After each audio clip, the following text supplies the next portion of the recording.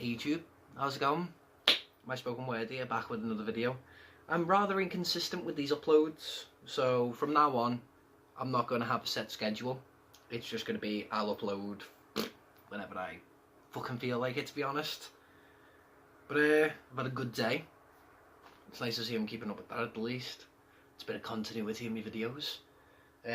Spent working from 7:30 till 2, and then from that I had to cycle from there to here to get a bag, down to my work's head office to print off a load of reports, 600 pieces of paper worth. So my bag went from like quite really light to quite heavy in 0 to 100 seconds, quite quick. But other than that, it's been a good day. I had a mate round before. I don't know why he just went like that, because he's not here at the moment, he's gone. But I had him round before. Nice long chat, and you know, and just had a bit of fun. And the rest of my night's going to be spent, well, I'm going to do this, and then I'm watching the movies with another friend when she decides to get here. I don't know when, but hey ho. But yeah, this poem I wrote a while ago, almost a year ago now, but I've never actually performed it. It was more like, it was a personal poem, so I didn't really want anyone to know about it. But after looking at it and going through it, I realised it's a lot like my old writing style. And my old writing style, as if you remember my last video I did, which was basically where I used to live in Waterloo, that style captured exactly what I wanted to say, if I'm honest. It's like I feel like with most of the stuff I've been doing recently, it's got a bit too real, almost, but questions for later, right? But yeah, this one still kind of hits close to home, even after I read it, like after a year. It's personal because it was a relationship. It was the first one I ever got into, which was very unexpected because I never expected to get into one, to be honest, at all, until I was at least in my 20s and fucking, you know, I had a job, I had my own house, but no fucking car. No need for a car though, because I could just walk around the corner and get to work. Easy as. But, getting a bit off topic, get back to the poem. This one is 1, 2, 3, 4, not Irish. I'm 33. Now, this is 4 pages long. I'm pretty sure it's the longest poem. I'm just going to have a quick scroll back through, because it might not be.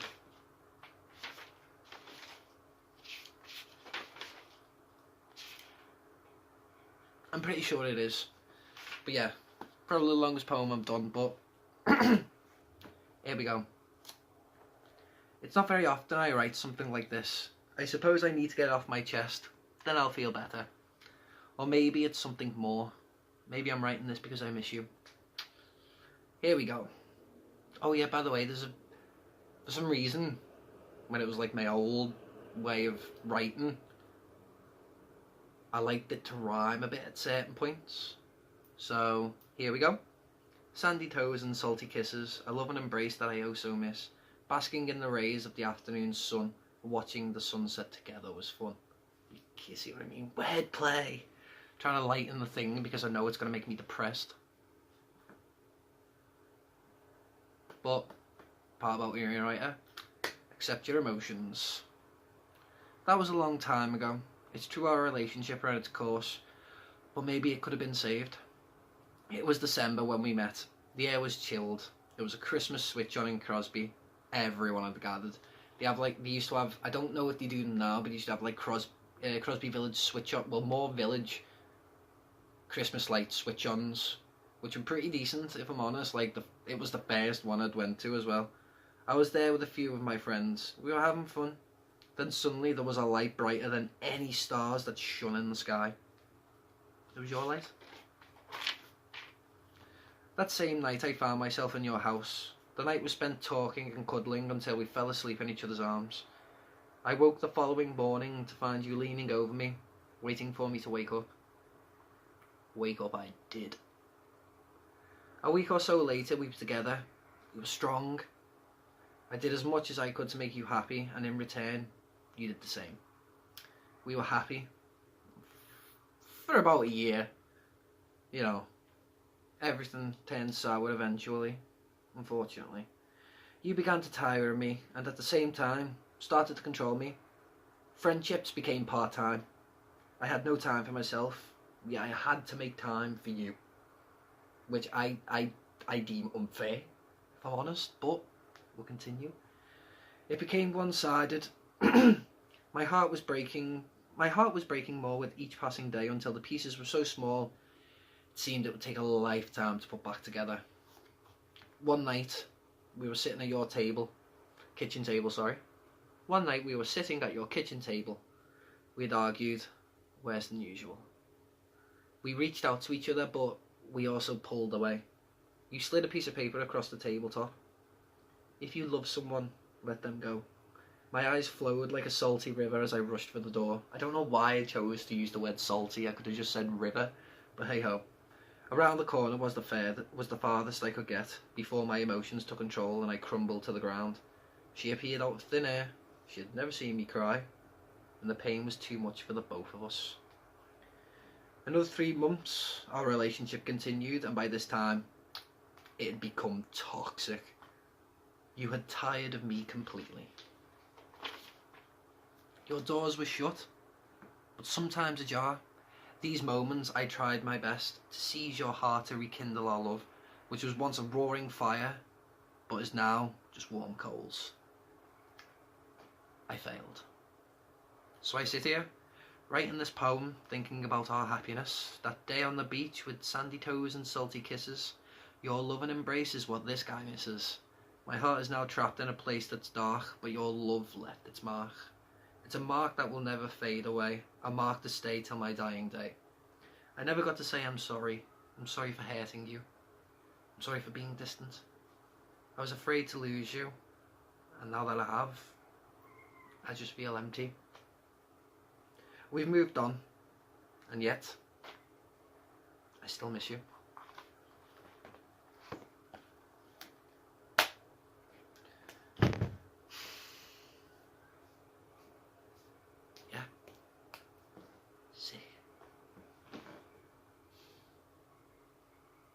Anyway, before it decides to take over, I'm going to make another cup of tea so I can drown my sorrows, I guess.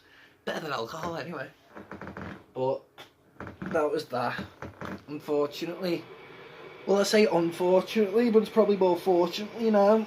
Like I said, it's been a while. I've seen her